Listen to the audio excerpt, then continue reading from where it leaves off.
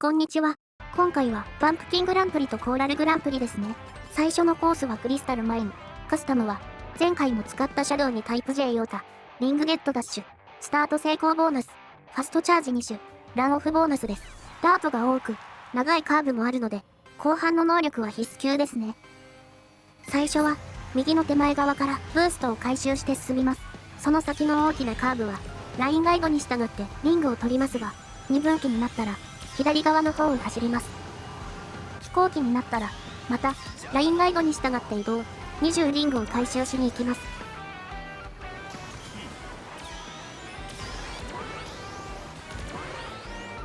少し難しいですが、ダッシュパネルの位置にあるラインから4つぐらい前の矢印を踏むように、ドリフト、ブーストを発動、ドリフトは続けて、その先に見えるダンプカーの上を通って渡ります。着地後は、正面に進み、ショベルよりも右側を通ってください。2周目も同じ道を通ります。実は、2択の道のところでブーストがあると、左に飛んでショートカットできるのですが、実際、着地後の制御が難しいと思ったので使っていません。それよりも、ダンプ側のショートカットの方が大事です。飛行機になる前に、左側のブーストを回収しましょう。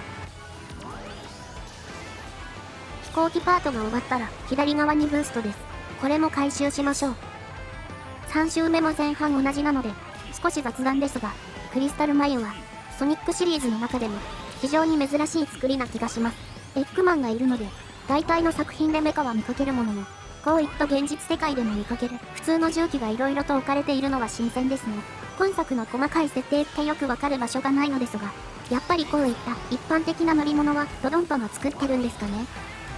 レース作品ということもあってか、これまでは、デラックス版では、付属していた資料もないので、コースごとの設定や、ボツになったネタとかが全然わからないのも困りものですね。公式が、いいスタジアムの外観に関するネタとか上げていたので、これから色々と情報が出てくるのかもしれませんが。3周目の青ボックスは、エクスカベーターが動いているところにありますが、周期によってはぶつかるので不採用。もし、これを取れる周期が組めるなら、ブーストに関しては、手前のカーブのショートカットか、ゴール前に少しダートを通って前進するのが良いと思います。どっちがいいか正直わかりませんが、若干左側に出てしまったこともあるので、インコースではなく、青のダッシュパネルに乗っています。青ダッシュパネルは、持続が長いため、若干遠くでも、極端に速度を落としたりする必要がなければ踏んだ方が、リターンが大きいかもしれません。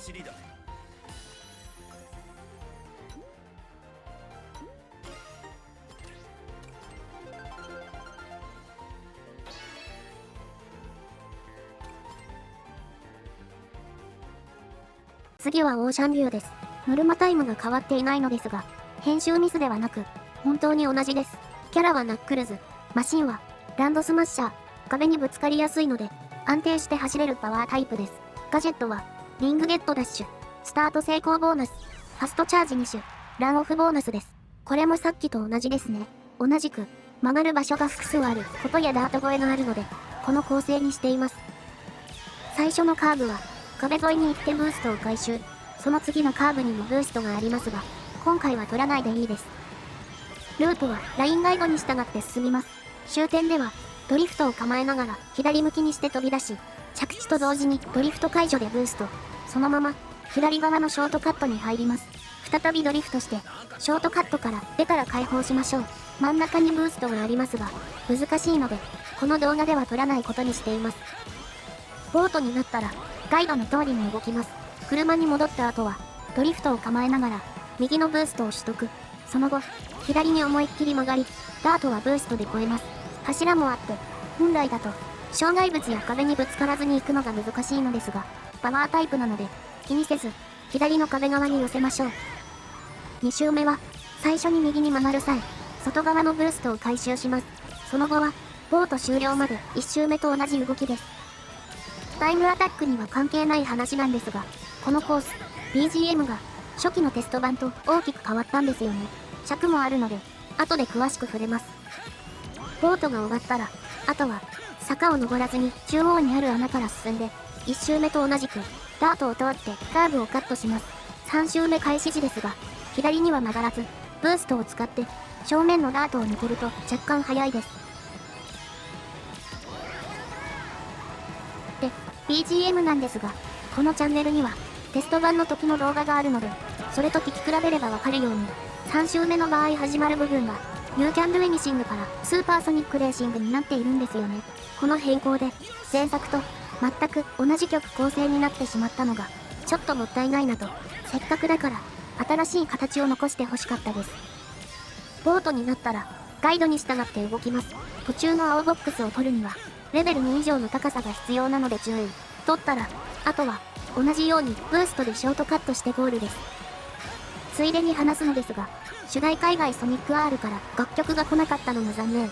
アレンジはなくてもせめて1曲ぐらいでいいから流させてほしかった。レースゲーム関係なく過去作で BGM 変更できる場合は何かしら選択肢にあること多かったのに。タイムは余裕でしたね。これなら割と色々なカスタムで狙えると思います。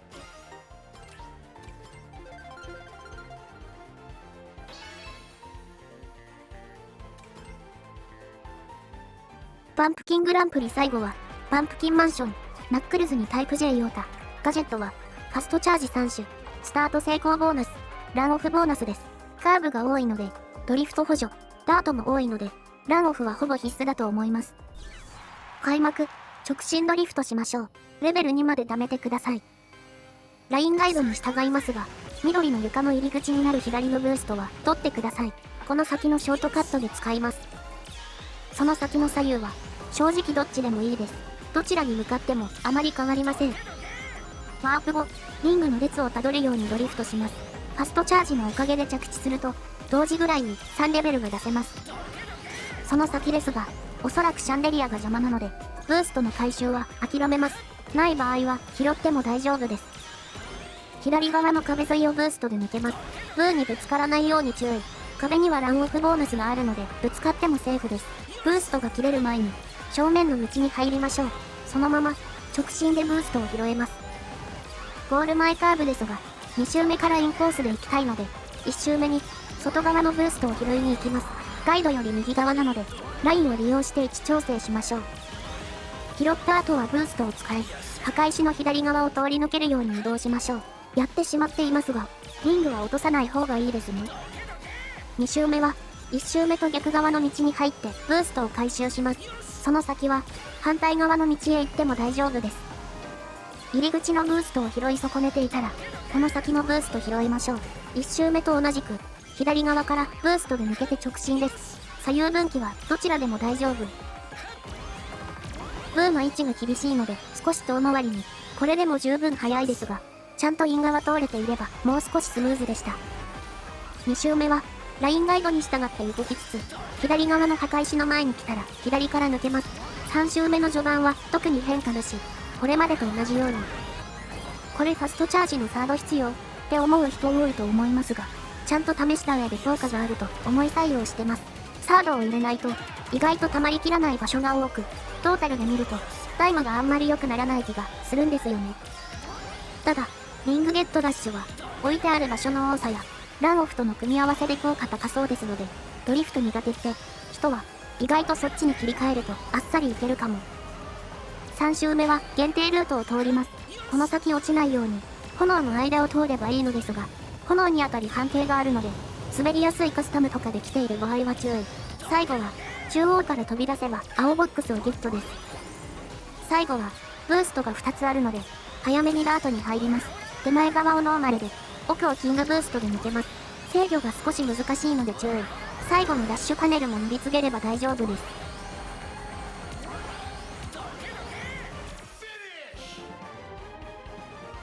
ゴール、結構余裕がなかったですが、毎回リング落としてたのが響いたかなと思います。だからといって、タイムの余裕がない方ですので、パワータイプにすれば解決するわけでもないんですよね。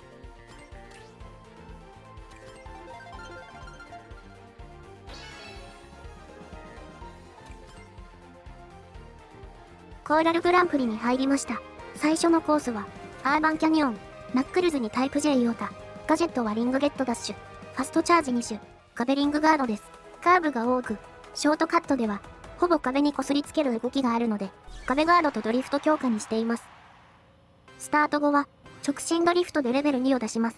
飛んだ後は、右側のブーストを回収。その先も、1周目は、ラインガイドの通りに動いて、リングを集めます。曲がりながら取れるようにリングが配置されていますので、自然と終わる頃に、ドリフトのレベルが3になっています。終わったら、開放で綺麗に繋いでいきましょう。飛行機パートは、下に走れる道がありますが、飛行機側の方が短い上に、アイテムの質でも余裕で勝っているので、下に行く必要はないです。多分、1回でも、下を通ったら S ランク取れません。飛行機パートは、右側のブーストを拾ってください。無理ならこの先でも拾えるので、2周目に行きましょう。最後の左カーブの入り口、一番右側がブーストなので、2個持っている場合は取らないように。ブーストの使い道ですが、飛び出した後、ゴール前の右側の芝をブーストで越えましょう。もう1個使い道があって、それは、最初に左側に曲がった後ですね。同じく芝があるので、これで越えてしまいましょう。その先は、できる限り、インをついて曲がります。飛行機になる前、左側のブーストを回収したいので、左に曲がるときは特に意識してください。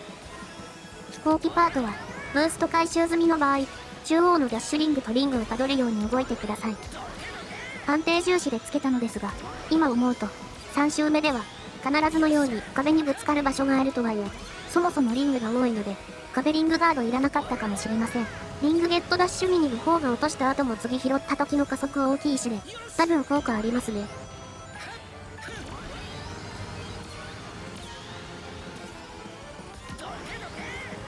3周目からは、壁のガードビームが消えます。壁に沿って動き、最短で抜けましょう。これのおかげで、リングガードが役立つんですよね。2回目の着地時は、結構外側に行きやすいので、あらかじめブレーキを入れながら、左に曲がりましょう。3周目の飛行機パートは、3つ目のダッシュリングの後、左上に青ボックスがあります。忘れず回収しましょう。ブーストが1回余りますが、最後のカーブの入り口で使ってしまいましょう。ゴール前は、キングブーストで長い上に、ダッシュリングがあるので、ここの方が効果的です。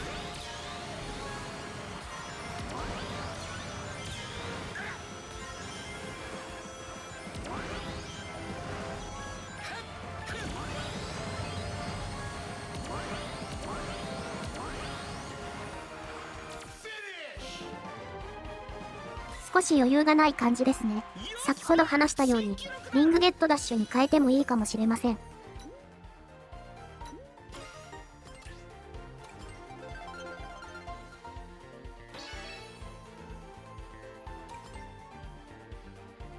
次はマーケットストリート。割とシンプルなコースですが、それだけに自分の動きによってタイムが変わってきます。慣れが大事ですね。カスタムはナックルズにタイプ J ヨータ。ガジェットはファストチャージ3種、ランオフボーナス、スタート成功ボーナスです。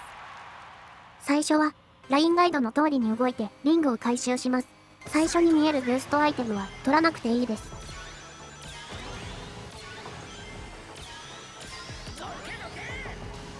下り坂2つ目の段差で右側にあるブーストは回収してすぐに使用してください。右側の芝をブーストで移動します。坂を登った後に右側のブーストを回収します。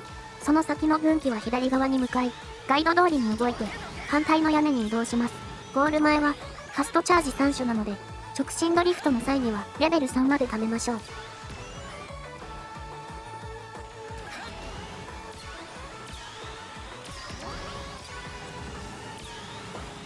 2周目は最初のブーストだけ回収。それ以外は1周目と同じ動きです。とはいえ、坂を登った後は右側にあるブーストを回収する必要がないので、左側に寄せてできる限りインコースで進みます。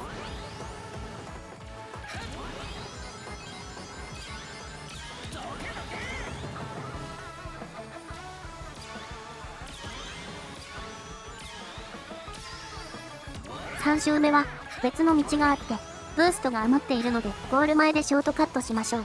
左側に見える芝をブーストで越えれば大丈夫です。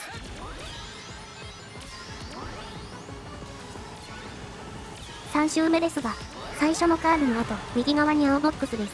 今回は取るの失敗してますが、そのまま正面の道を渡っていくと、左側の段差の上に行けます。これを進むと、ショートカットリングができているので、これでショートカットできます。実は、この道、右側の道から飛び乗れます。今回はやっていませんが、スーパーソニックスピードの際に紹介するので、参考にしたい人は少しお待ちください。あとはブーストもないので、ラインをたどるだけです。ここで、いかに正確にたどれるかでタイムが変わってきます。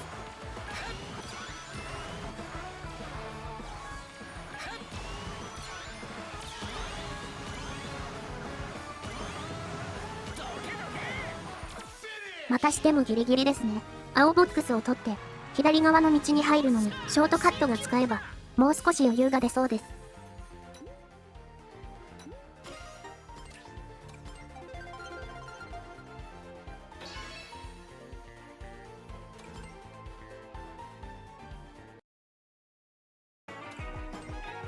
最後のコースは、コーラルタウン、ナックルズにビートゲーター、ガジェットはスタート成功ボーナス、ランオフボーナス、ファストチャージ2種、リングゲットダッシュです。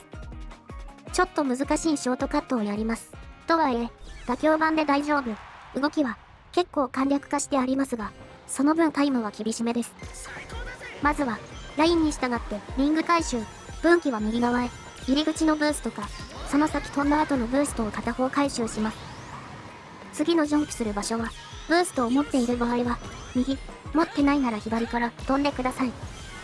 ショートカットをします。飛び出す足場は、矢印が4つ並んでいますが、それを、左から、2つ目のものをまっすぐ走りながら踏むように飛び出しましょう。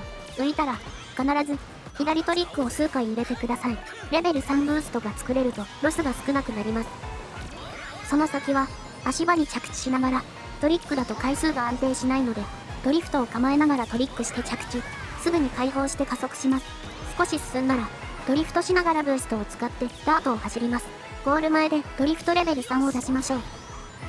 最後まで同じ動きになります。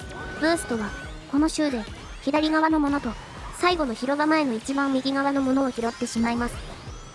ちなみに、ベストタイムですが、これは、今回の縛りに反する方法で取ったものなので気にしないでください。その場合でもルート自体は変わりません。パワータイプを選んだ理由は、ショートカット時にリングを落とさないためです。スピードタイプで同じ動きをしても、微妙にタイムが足りませんでした。カーブが多いし、ゴール前も考えると、このコースは、ブーストが高い方が有利っぽいですね。パワーの中からビートゲーターを選んだ理由は、若干ながら、ハンドリングやアクセルが高く、小回りが効くからですね。他のマシンだと微妙に曲がり、具合が足りず、ロスが大きくなりました。他にも色々考えてみたんですが、ルートに白かすために白子のあたりが限界です。ランキングから参考にしようにも、もうショートカットの完璧な成功が、前提のルートやカスタムしかないので参考にならず。ゴール前は、ダッシュリング全部通れれば間に合うはず。左側から入ってそのまま通りたいですね。1秒未満ですが、これでもいい方だと思います。ここは、正直もっといい方法があるかも。では、今回は、ここまで。次回も、また6コース攻略します。役に立った人は、ぜひ高評価、チャンネル登録してくれると嬉しいです。